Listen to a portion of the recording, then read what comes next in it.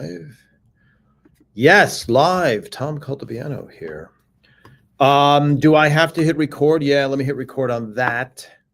Then I go live here on Instagram. Okay. Hi, everybody. Talking all things Everybody Loves Raymond. Boy, we have so many screens. Let's see what that is. Okay. Yes, the camera. That's the right degrees. Everybody Loves Raymond, ELR 360 Live. How am I sounding, group? Let's go back to Studio Stream. Yes, let's see. Sounds great. Okay. Awesome. Not too loud. Not just about right there. Okay, I'm increasing it a little bit. There we go. Let's talk about all things. Hi, Mona, in Montreal, in the USA. Yes, it is a holiday weekend. It is Memorial Day weekend here, everybody. So a lot of people are out. Let me see. Do I want to flip my image? I don't know. I don't really know. Hi, Annabelle. Yes. So let's talk about all things. I mentioned the upfronts. The upfronts in my little text, and I have. Do I want to see? I don't. Do I tease you guys with the photos because there's so many things, so much content that I have discovered. But one of them, we'll let everybody join. Hello, Thomas.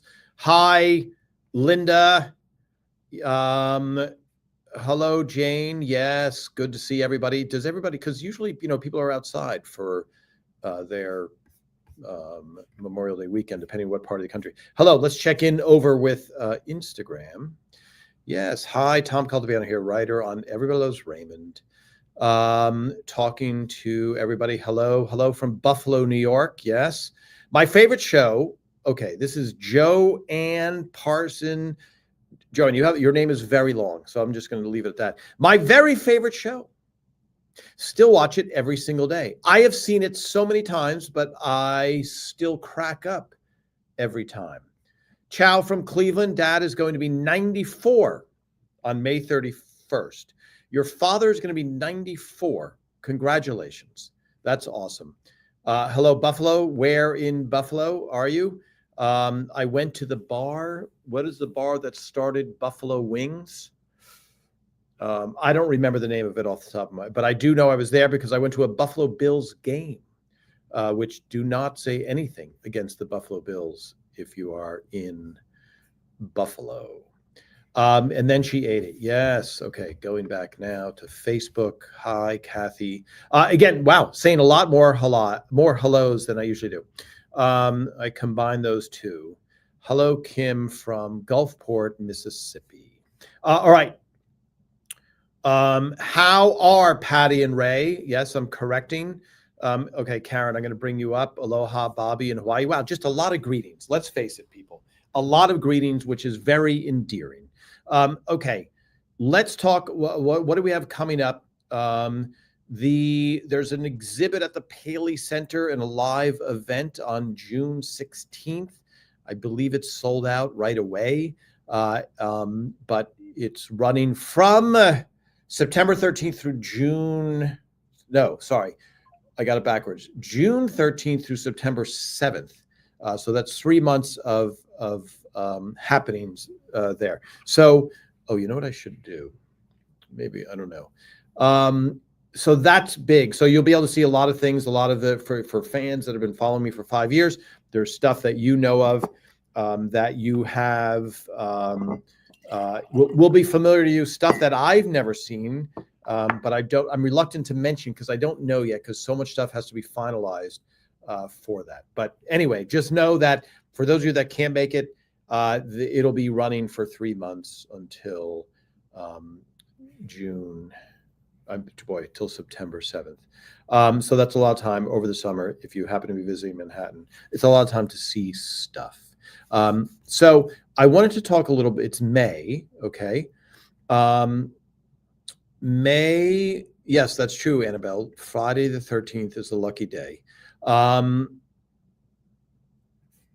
Okay, so when you hear pause from me, that means I'm reading through like 10 comments and trying to decide which one to answer. Donnell, let me bring that up. The Anchor Bar. I don't know. I can ask Alexa, what is the home of the Buffalo Wing? Let me see. There are several different claims about the invention of buffalo wings. It's disputed. One is that buffalo wings were first prepared in 1964 at the Anchor Bar in Buffalo, Okay. New York, by Teresa Bellissimo, Okay. who owned the bar with her husband Frank. Alexa, stop. Okay. So what you guys couldn't hear, or maybe you could hear on the microphone, I don't know, it is the Anchor Bar, Donnell. So thank you. And I guess there's a dispute. And so for those of you that don't know, because we do have fans in Sweden and Australia, maybe it made it there already. Buffalo wings are they deep fried in Frank's hot sauce with butter, etc. They're not the healthiest thing, but they are delicious. And so I didn't know there was any, I thought there was a clear winner, but the Anchor Bar, yes, that is what it was. Okay. Hi, Tom. Can I ask why your background looks slightly different tonight? You know, Karen, you can ask me anything, but don't ask me about my background, please. So I'm in a studio and it's a darker, it's probably well, here, let me go back, Karen. Do you like the background? Here, let me bring your question up here on StreamYard. Karen, do you like the background better? That's really the question. Do you like it better? So for me, it's deeper blue. And it's just a nicer background. It's a heavier material. So what happened is, here, I'm going to tell you, I'm going to be honest here for once.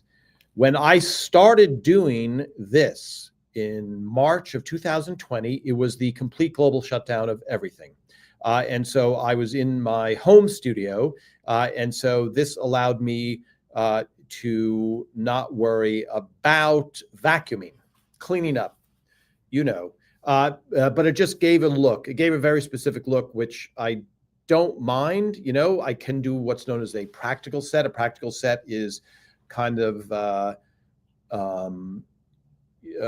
sorry. So in show business, when you have practical lighting, it's the lighting that lives in the world. So if you're in a living room and there's a light on in the bulb, in the living room, in a reading lamp next to somebody's end table, that's a practical light versus the 10 lights that are around you.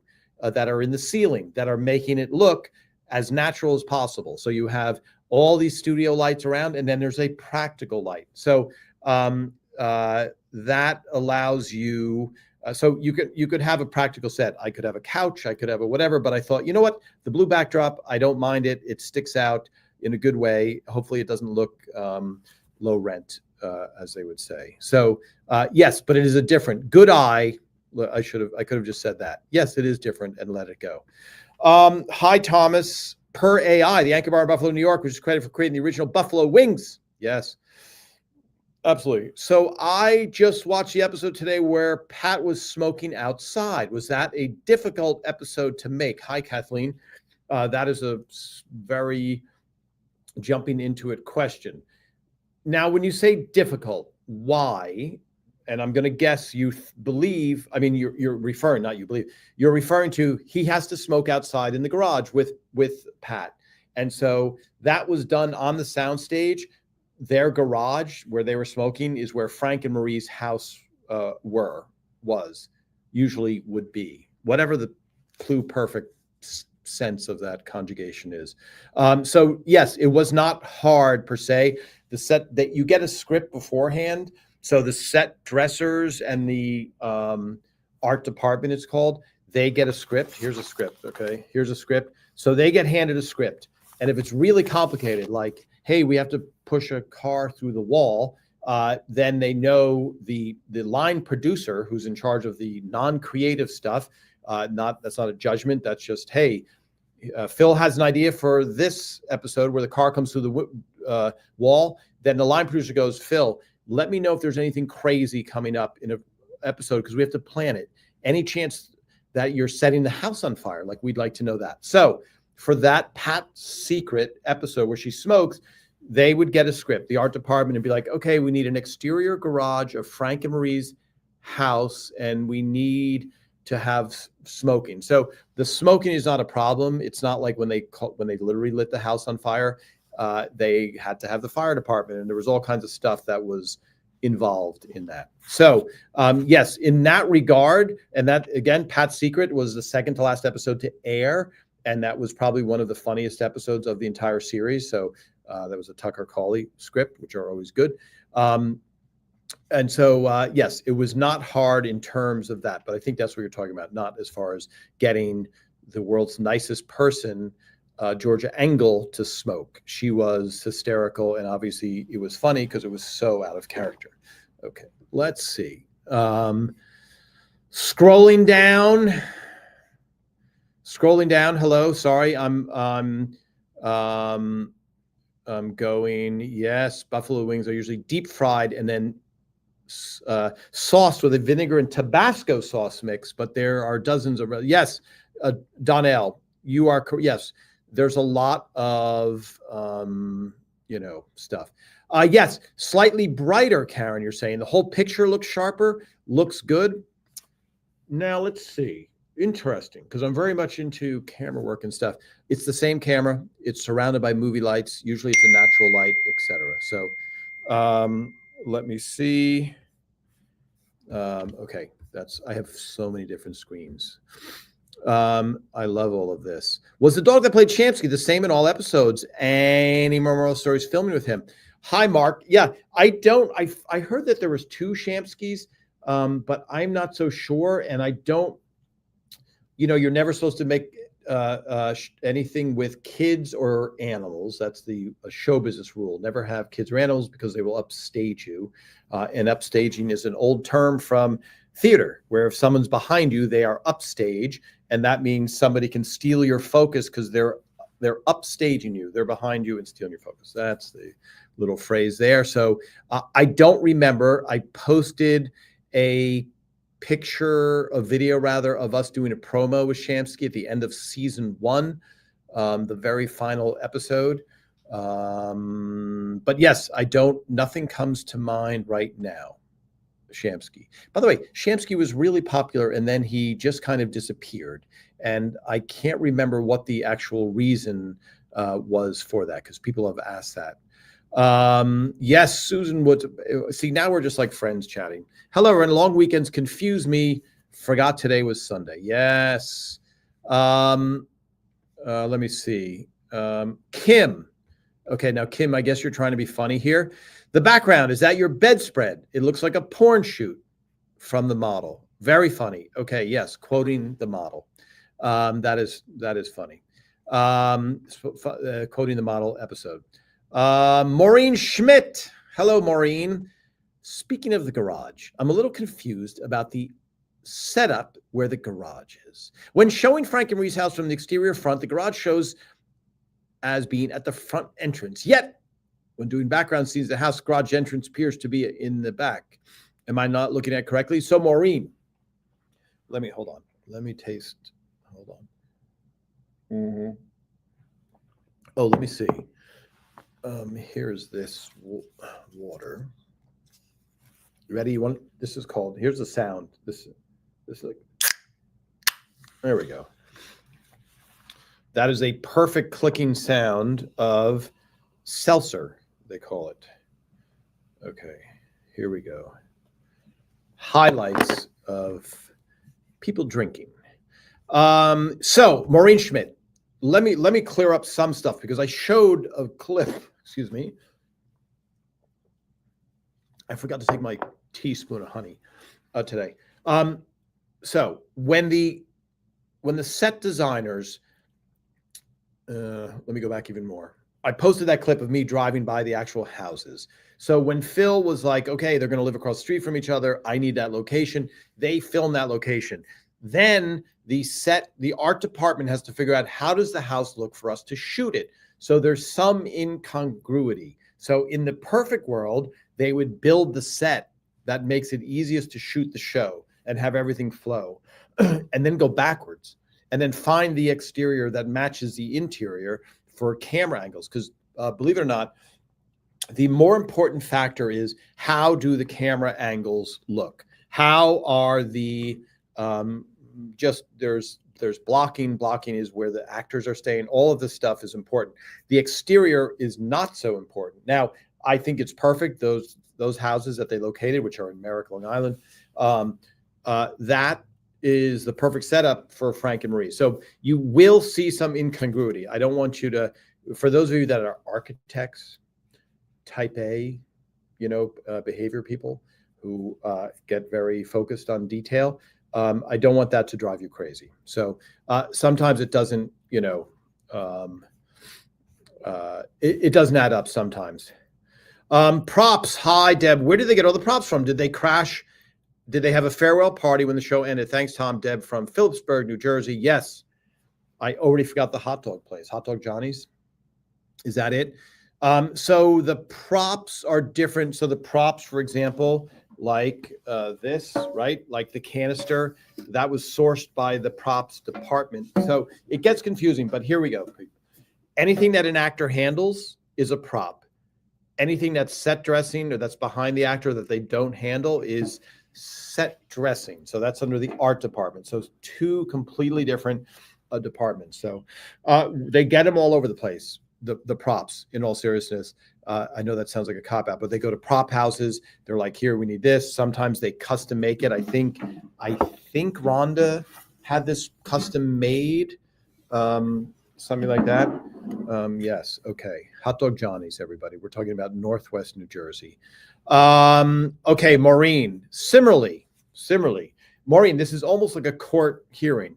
In addition, furthermore, similarly, Ray and Deborah's garage is shown on the right side. Front entrance at the entrance to the garage from inside the house is on the back.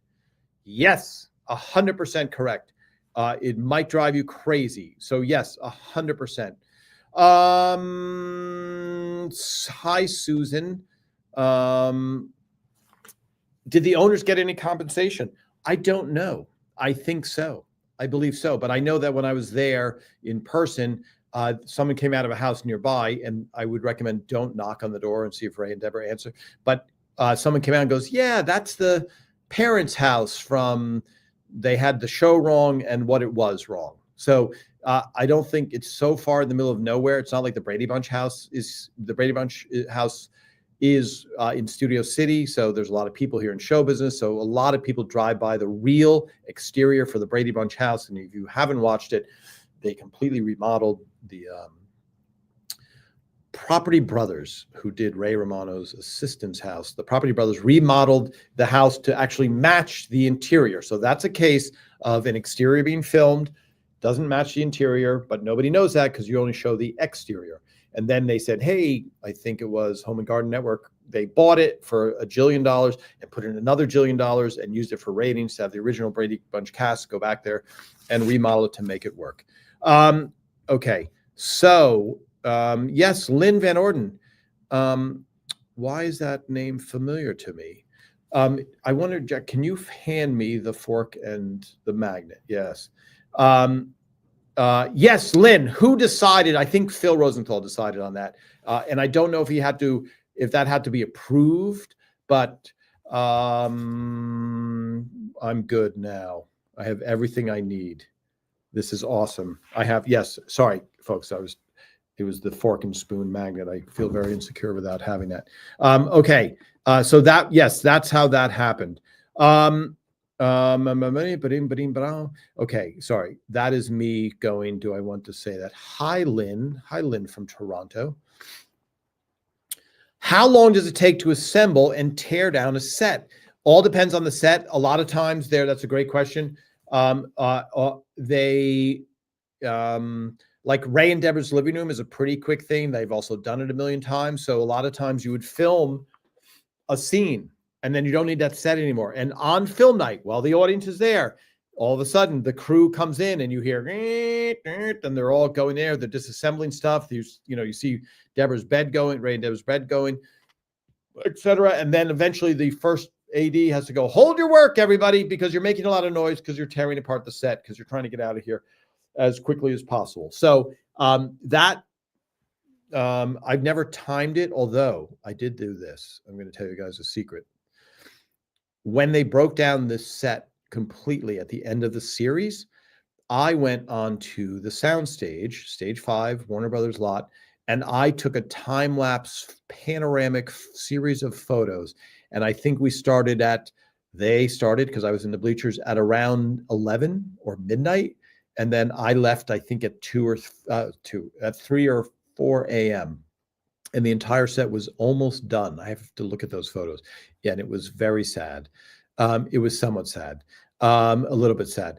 Okay. Hi, Linda. There are a few discrepancies that Ray's address changing from 319 Fowler to 320 Fowler. Easier for us to spot him, not so much technology back then. Yes, remarkable how well they did consistently, actually. Yes, kudos. So yes, that is a good thing. You guys have the benefit, which we didn't then, of being able to watch and going right to an episode. So back then you would have to take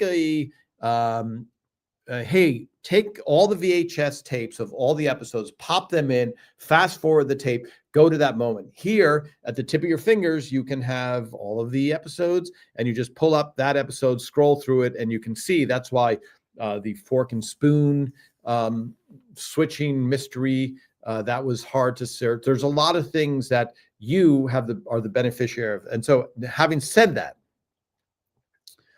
they did a really good job of not making any mistakes. Okay.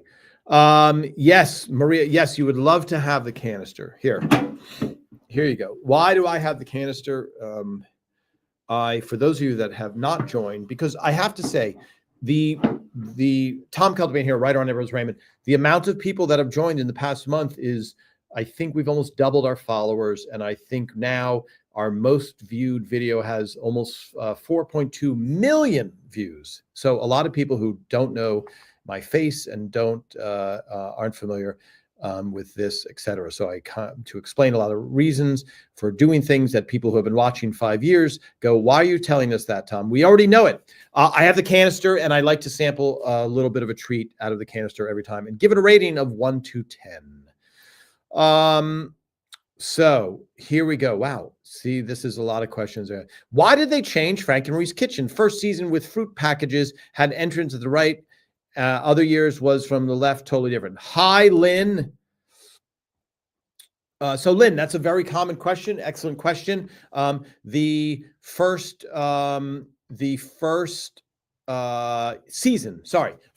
pilot, the pilot was a low budget thing called a presentation pilot. It was shot at Universal Studios. Universal Studios, for the low budget thing, they throw it together and they're like, hey, here's the risk we're willing to take, as little as possible. So we're going to put so much money into this because we don't know that it's going to work. And maybe it's 600,000 and maybe another pilot would be 1.5 million. So the art department, everybody doesn't have a lot of money at the beginning. So it's not like they trust Phil and Phil's like, I need this. They're like, hey, we can get this set. Great, shoot it. So they film the set that way. Then the show gets picked up and it shoots at a different studio. So now maybe all of that stuff is not available. That's why you see changes on a lot of things. And once the show becomes a hit, then first of all, that's when they don't need as much money because it's already a hit. But that's when stuff you can see is a little more consistent. So that's the answer. That's why it's so different. It's a completely different. Hi, Marie. I'd love a huge fork and spoon for my kitchen. Now I cannot find them anywhere. Okay. Yeah. The whole idea of the magnet, because we thought, could we sell giant forks and spoons? Well, we might sell 2 of them. So the magnet at least fits on your refrigerator and you get to, you have the same feel. And then also, of course, the authentic grease stains from all of Marie's delicious cooking is on there as well. Because yes, I do know a lot of people that would like to have a fork and spoon. Okay.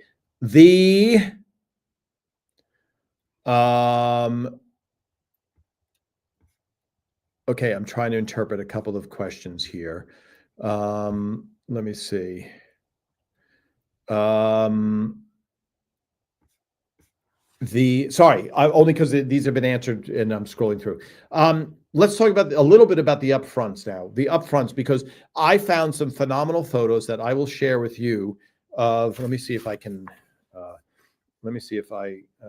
don't don't know if I can do it that quickly. Okay, let me see this. Oh, okay. Yes, that question I missed.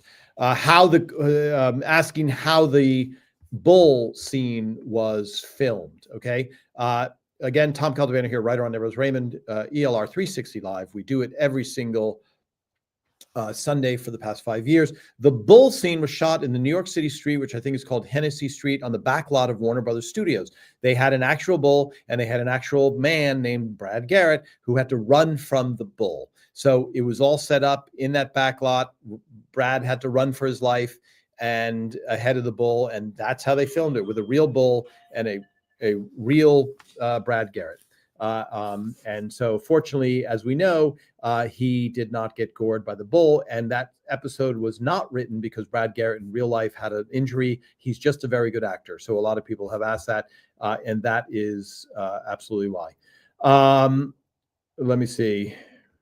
Okay. Yes. I hope that answers that question. Yes, which is awesome. Hello, Gil. Hello, everybody. Okay. So let me do this. Hello from Northern Ireland. Okay. Yes, I'm scrolling back down. Yes, these are awesome questions. Okay, back to Facebook.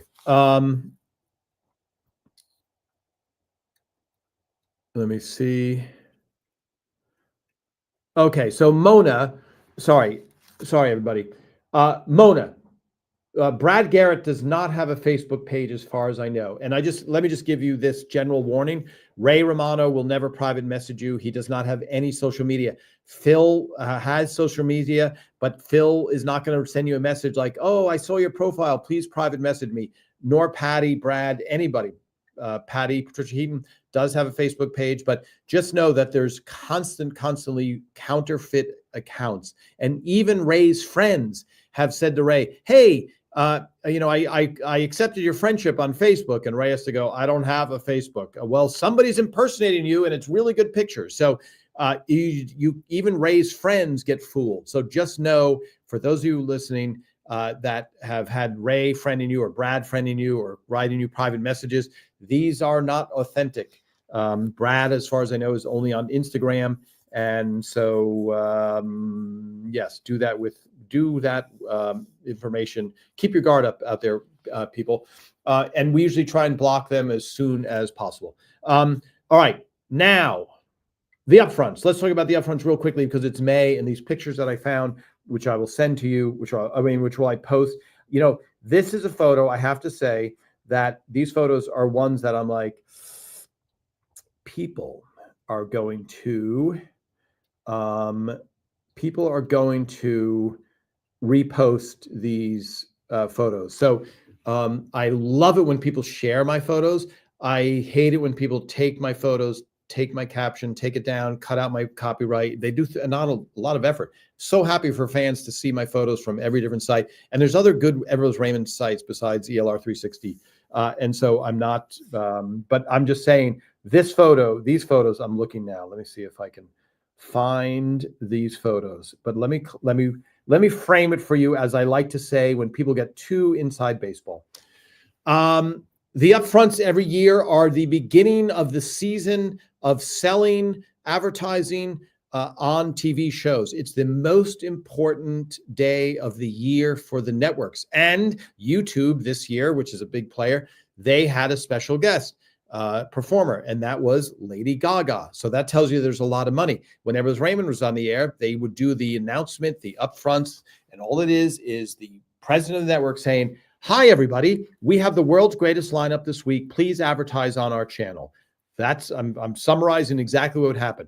The guy would go, hey, at 9 o'clock on Monday, we have a show returning called Everybody Loves Raymond. Everybody Loves Raymond in the key demographics of 18 to 34-year-olds, blah, blah, blah. And then he just basically all he's saying is, we will sell your product. That's all he's saying. I'm not criticizing. I'm just saying that's a fact. The reason that there is so much money for syndication and people's salaries is because Ford Motor Company, et cetera, said, you know what, Everest Raymond, family-friendly show. We're going to put ads on your show. So the upfronts is a huge, important event. So when Raymond was on the air, the house band that did a couple little numbers at at the little place called Carnegie Hall was the Who. So the Who came out and performed some numbers. That tells you how much money is involved in the upfronts. So I want to say the second to last season, does that make sense?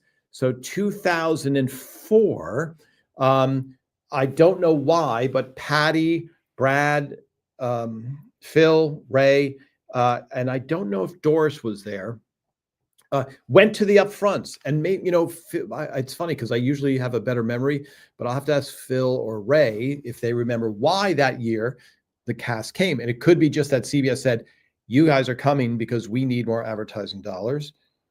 Mm.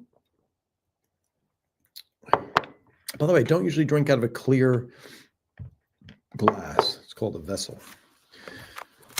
So the upfronts. So this one season, Brad, Patty, we all were hanging out in New York, and it was great because one of my favorite photos I've ever taken, which no one has ever seen, is Brad.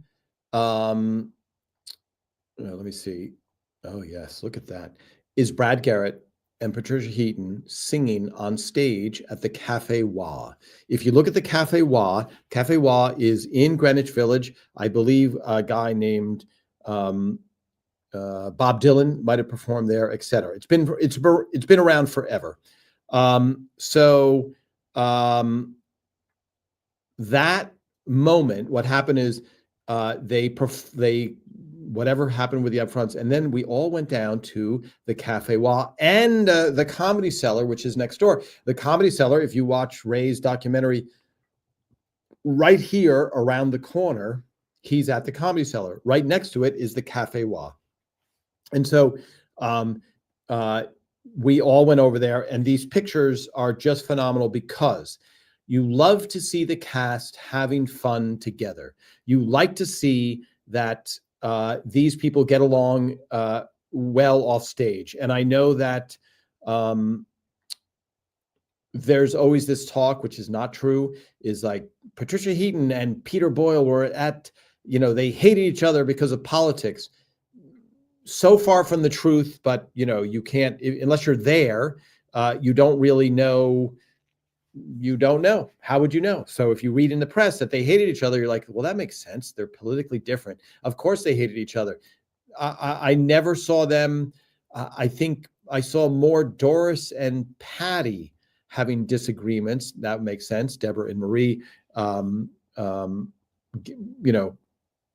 disagreements about politics more so in any way than Peter Boyle. But on this weekend, we went out for pizza. We sang, I did not sing, but it was a great thing. So I will post some of those casual photos, those behind the scenes photos, which are extremely rare to see, and enjoy those. But the upfronts, just so you know, the upfronts sets the tone for the entire year. And the first time Ray and I were in Las Vegas and the show was getting picked up, and we went from Vegas, we were in Atlantic City. We drove to Carnegie Hall, and all of a sudden we are backstage with every single star on CBS.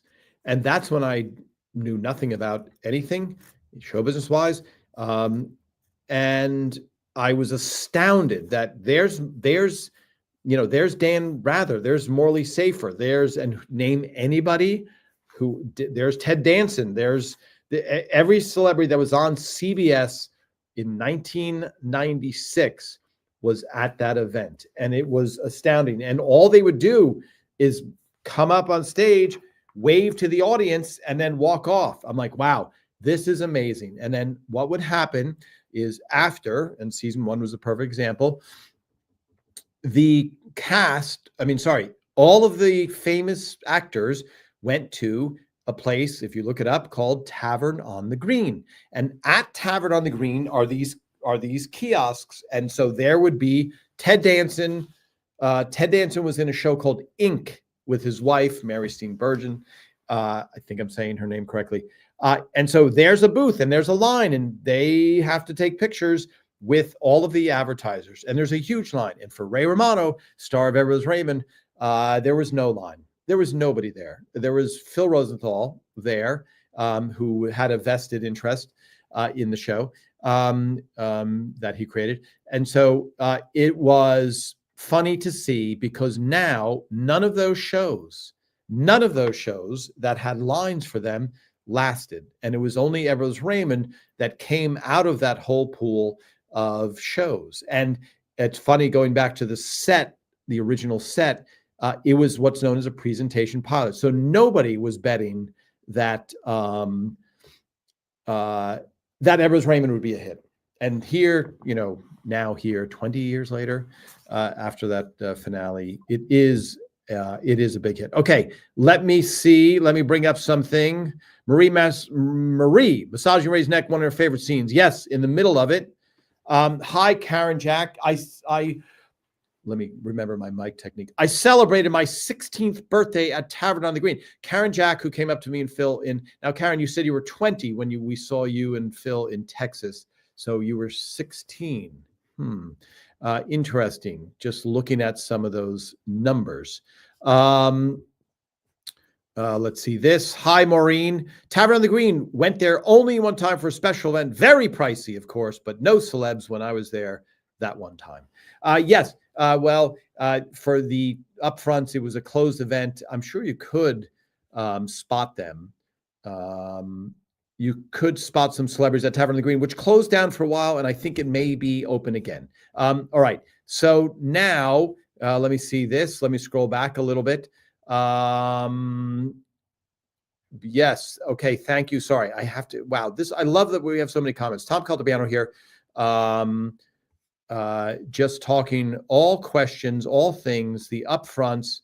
How has your ELR account been doing on TikTok? Hi, Paula. It's very sweet of you to ask. It does okay. So I'm doing many, many different projects. And so it's just a matter of time. So here's what I found for you guys. And I will post it. Do I post it tomorrow morning? Tomorrow morning is Monday, but it's a holiday. So I found, and I filmed it, but I forgot I filmed it, a perfect clip for those of you that have trouble visualizing how does the audience see everything that's going on. So I have a few questions where people are like, hey, if it's not in the living room, then how do they see it? How does the audience see it? Because clearly the living room is right in front of them. And so I did, during Ray and Deborah's wedding, I filmed the very last moment of the episode. And I'm filming Ray and Deborah, and then I pan to the audience and I widen out, and you see how the audience is situated compared to where they are dancing. And where they are dancing is usually a place that was kind of a no man's land. They used it, but not that often. So they used it for Frank and when Frank steals, Grandpa steals, Frank and Madeline Sweeten in the backyard sitting there. They used it for Frank and Marie's kitchen occasionally. They used it. It's a big area that a lot of times was not used. And so I pan, you see the laughter. I zoom in on a woman, she's laughing, and then I pan back out again, and then I zoom back to Ray and Deborah. So you really get a feeling of the geography of the set. So that I will post that. Do I post that tomorrow? Do I post the upfront video? Which one would you guys rather see more? Patty and Brad on stage singing their hearts out, or the video of Ray and Deborah's wedding panning to the audience? We need an informal survey because I have to decide what to post next. So Paula, getting back to TikTok, it's just a matter of posting. So our demographic, believe it or not, is older. What does the older mean? And what is that? Who cares, Tom? Facebook skews a little bit older than TikTok. TikTok is the universal. A lot of people here have never been on TikTok, have no intention of being on TikTok. Yet I have had a couple of videos on TikTok get over 100,000. It's not 4.2 million, but it is a lot. Yes. Let me see. Scrolling up. Patty singing. Brad singing. Both. See, Kim, that's greedy. I'm 2 episodes away from finishing the rewatch of the series. This was the show of my childhood, and it's so amazing to see such a connected fan base. Well, that's a very good comment. Yes, that is a very good comment. Thank you. I see. I brought that up. Yes. So, okay. Allie's laugh. So we have to. Allie's laugh. We have to.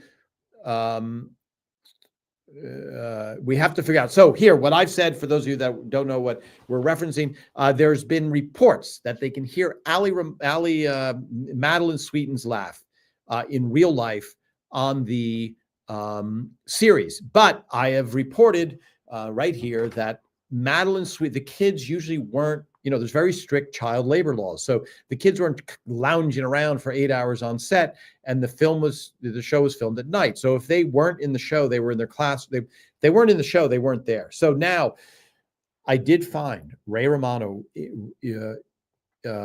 introducing his daughter, his real life daughter, who's in the wedding episode. And he points out Madeline Sweeten, who's sitting in the audience.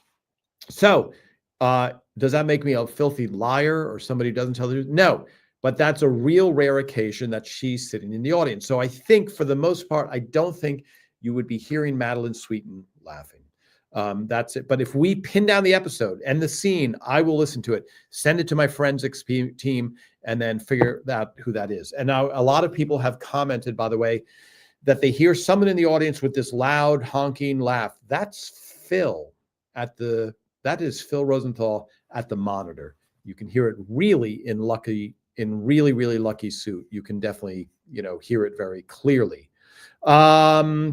Yes, Kathleen, the video of Ray and Deborah laughing. Yes.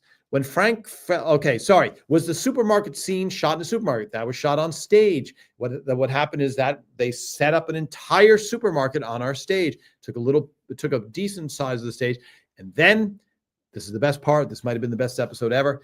When they said cut and the series and the show was over, we all got to go through the supermarket and take everything that we wanted that might spoil. So fruits and vegetables, etc., galore. So there you go. Yes, when Frank fell through the stairs while trying to fix them, how far and into what did he fall in order to not be hurt? Hi, Lynn. Another excellent question, Lynn. There you go. Let me think about that answer as I go over to Instagram and catch up on these comments. I learned here that the animal wrangler used a cow with horns, not a real bull, because the cow is easier to control. Interesting. Very interesting. So the steps. So Peter Boyle was on a device that felt like a hydraulic elevator. So think of a mini elevator, and then he was let down like that and directly down. And so it was a fast but controlled fall, and he fell maybe 3 feet or something. I have photos, which I think of the apparatus. Now that's really getting inside baseball or inside Everett Raymond, but that's how that happened. A very controlled fall. And Phil Rosenthal shared that with us. When we saw Karen Jack in Texas, we did a live. And that's how Phil remembered that and answered that. So that's what it is. And I did take pictures of that. Yes, Phil's laugh really makes it, really makes you laugh. Phil's laugh is contagious. It's right where they first unpacking in Ray's room and Deborah's making fun of a possible Ray monologues from youth. It's right when they are first unpacking in Ray's room and Deborah is making fun. Okay, I missed the beginning of that. That's the child's laughter. Liars. Okay, a child laughter heard in the audience of liars. Okay, let me take a screen grab of that. Hit that. Is that the right thing? I think so. What a scary sound. Okay, is it time to sample our cookie yet? Or whatever it is. Okay, let me catch up on comments before I turn away. Show comments on stage. Wow, what does that do? I don't know what that does. Very, very interesting. The invasion. Kathy Pine, the invasion. Okay, yes, the invasion when they have to go back, right? Is there a fumigation thing? Is that what the invasion was? Sometimes I'm 99% sure. Yes. Laura Rubera, love the fact that my kids, 15 years, love the show and keep watching daily. Yeah. So that's one thing that we have noticed about Ever's Raymond is, unlike other shows that are specific age group centric, let's call it a monster hit show like Friends, chances are you still can. It's a great show. But on Ever's Raymond, you become every age eventually. You are a kid, then you are maybe a young couple, and maybe you are an old bald man. All right, so people watch through the ages. Here we go. Here is the canister. What I do, people, is I reach into the canister every Sunday. Let's see what we got here. Okay, let me see. Wow, I do not know what this is. Tom, why don't you share it? Okay, relax, people. Here's why I don't know what that is. Okay, I see my image is backwards for me. Interesting. Maybe I'll flip it. Let me see if I can flip it without knocking me off the air. Okay. Yes. Okay, there we go. Now I see. Okay. HRAUN, and it's from Iceland. Wow. And it's here. Does anybody speak Icelandic and can translate? Let's say it's 56% dark. Okay. And that looks like the inside. So that's what the canister sounds like with an echo. I think what did we have? Did we have dark? We had dark chocolate. We had the crumble, right? We had the Australian knockoff. There was a lot of hostility, mostly from me, about the knock. It was delicious. It was a violet crumble from Australia, and people from the UK said it's very similar to something else. Okay, so hold on. Let me lose this. By the way, I just had this. I have this handy. I think I've shown this before. If I show one picture from one of the cast members, you will instantly guess the episode. So let me see. So what I'm holding, people, I don't mean to rush past this. I'm holding a script. It's a wardrobe script. Those are notes from the wardrobe people. Every character, every scene, and what they're wearing and whether they're changing. So I'm going to show you this one outfit, and 99% of you fans will know the episode. Okay. So there we go, because I don't know that she wore it in any other episodes, and it's a very unique sweater. Let's see how good I am at knowing how good my fans, or the fans of the show, are, not my fans, what that episode was. Okay, so, but I don't want to eat, the whole point is I don't want to eat chocolate. Okay, so here we go. An Icelandic, have I had anything Icelandic here? Okay, hold on. I have 3 computers. Okay, so I was correct. You guys are a little bit too good. Yes, good girls, 100%, very quick. All right, so now I'm opening this up. I don't know here. I got it. My camera work because it's a separate camera and my screen is in a different place. There we go. How focused can I get? Look at that, folks. Okay, let's see should I bite into it or here? I'm going to bite into it.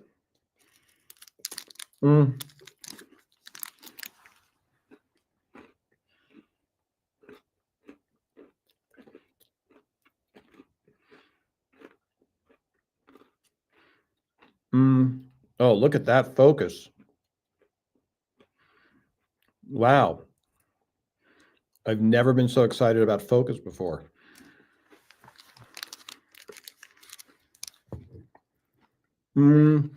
So, for those who are just joining, I'm eating something from Iceland. I was going to say it's like a chocolate bar, but it's a curveball again. It's not that sweet. You would think, see, if it was made in America, it would be insanely sweet, and my teeth would be hurting. And it's not that sweet. So let me go. So it's tasty. It's not overwhelmingly sweet. I really wish I was an expert at descriptors, but I do my best here. Pull my chair up a little. Okay, I'm gonna take another bite.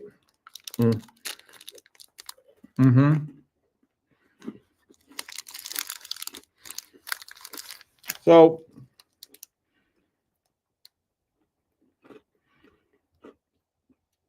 come on, camera. Lock in. Try. I see the wrapper's hurting me. I bet you now it will. Yep. So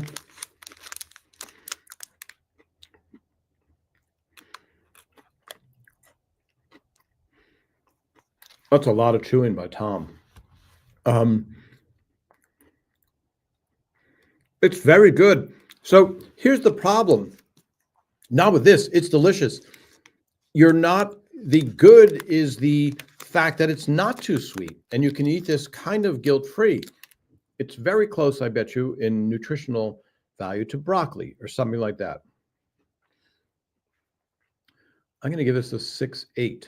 6.8. That's pretty good. I've never given anything an 8. It's very tasty. It's just not as sweet as you think. I'm going to eat one more bite. Sorry, folks. I don't mean to torture you that. And we have to, believe me, when you're asking Paul about my TikTok content, you guys can go on TikTok and see it. I'm doing so many different things. We have to do our canister rating system graphic, which we just haven't done with the, with the 6.8. All right. Oh, let me see. Does that give you any better picture of what that is? It's hard. I know it's not focusing. It's trying to focus on my hands. Okay, there you go. I mean, it looks really good and it is very tasty. I can't describe the other flavors though.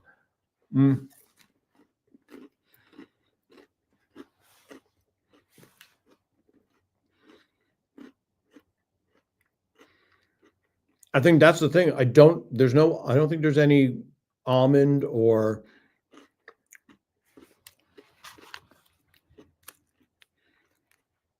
it's texturally delightful. I'm not tasting any different flavors. Yeah, I'm gonna have to look it up how they describe this bar. The Hraun bar. How would you say this? Do we have any Icelandic people? The Hraun bar rolls off the tip of your tongue, just flows perfectly. The 56% dark chocolate Hraun bar. Right now, there's somebody from Iceland who's just cringing, who's going, I can't listen to that guy mispronounce our beloved Hraun bar, whatever it really is. A lot of things here. A lot of crumbs, a lot of chocolate crumbs. Okay, so I think we've done that. That was very tasty. Okay, Paula, looks like a cross between an O. Henry and a Mr. Big Bar. So I don't know a Mr. Big Bar. I know the O. Henry. O. Henry is much sweeter. Let me see.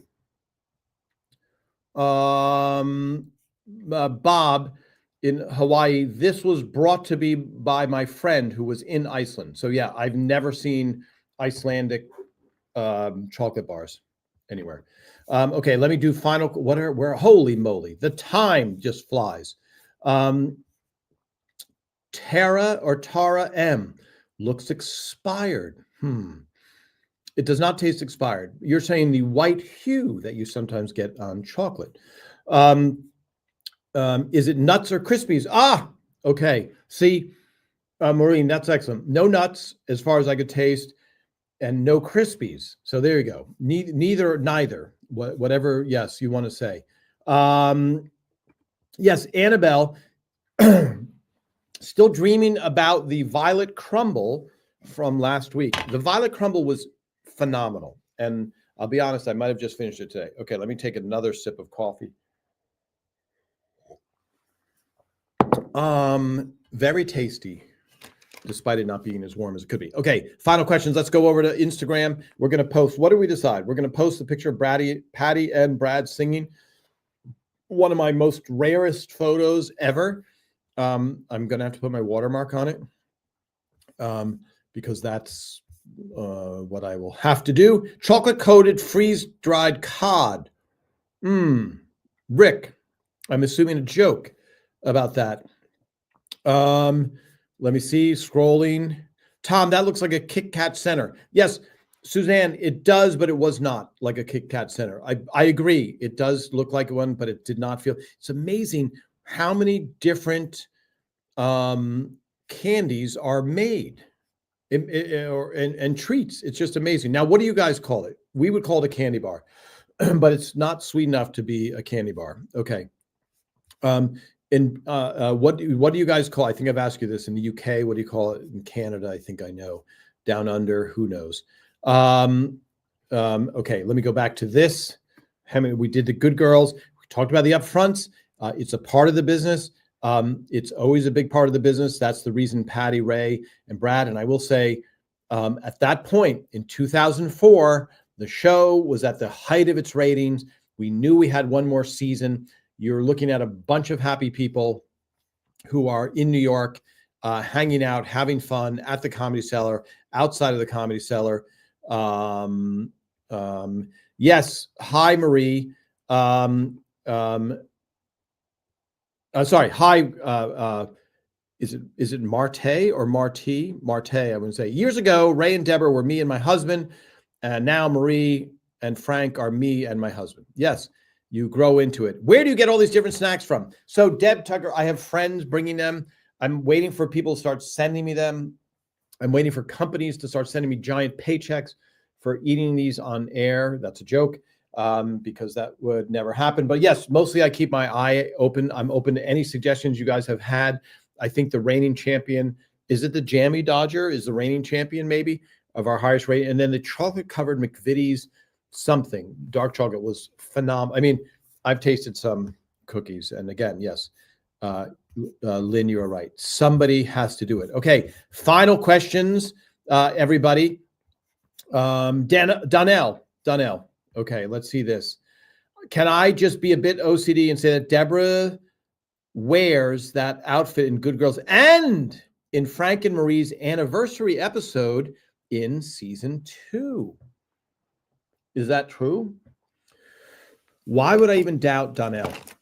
Okay, so Donnell, yes, I'm gonna only because you are correct. This is the Good Girls episode, just so you can sleep tonight. There you go. Good Girls episode is what it is, and I guess I could eliminate that by showing someone else's outfit, where you'll go, okay, that is definitely. When I show this outfit, then that is the conclusion. But I do appreciate it, Donnell, more than you know, your expertise. So when I show that outfit, get rid of the movie lights. There you go. Now you can go with full confidence, Donnell, that it was Good Girls. Not that you were questioning it, but you're just saying, just so you know, Tom. And I appreciate that. Okay, let's go to this computer. Okay, final questions, everybody. We will... what will we do? We'll see some of you at the Paley Center, but we'll be on many times before then. That's on Monday, so I can do Sunday as well. Yes, we all get older. It's crazy that you're older than Marie. Eventually, it does happen. I have not found anybody who has the anecdote to that, but enjoy those years. Every year is a unique year. Okay. Let me see this. Chocolate bar. Thank you, Karen. You just called it chocolate bar. Okay. So a solid bar of chocolate is called a chocolate bar, Cadbury bar. And then also the crumble or crack, what do you guys call it? You call it something different. That's also called a chocolate bar. Yeah, we'll go over all the terminology. Where can we send you cookies? Let's see. Yes, I was very young when ELR started. Thank God. Yes, Linda, you have to get Beats the Alternative. Okay, final Instagram. And then on YouTube, by the way, we are on YouTube. We are on Instagram. We are on StreamYard. What other little tidbit can I give you about before I sign off? This weekend, are there any marathons going on for the show? Because usually they do go... They do run marathons on certain things.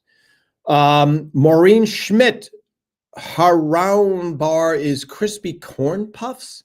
Is that what it says? That's interesting. I don't know that. I mean, I'm not questioning you're saying that, but I didn't get any crispy corn bits. I'm thinking of Rice Krispies. Okay. All right, everybody. we had that delicious bar. I've already lost it, or somebody stole it here. Okay, here we go. We talked about the upfronts. We talked about this. There it is. There it is. We need to know the pronunciation also, everybody. Yes, you are welcome for the running. I wish I had control over where it goes, but I don't control where the show is run. Okay. I will see all of you guys next week. Remember, keep spreading the word about all of our photos, etc., and our videos. As I said, the amount of views is going through the roof. Our followers are going through the roof. So those of you that have been fans forever, you feel free to jump in and answer questions that I don't get to in time. I totally love that when people jump in. And I really appreciate all of you guys visiting every single week. Okay, I will see you next Sunday.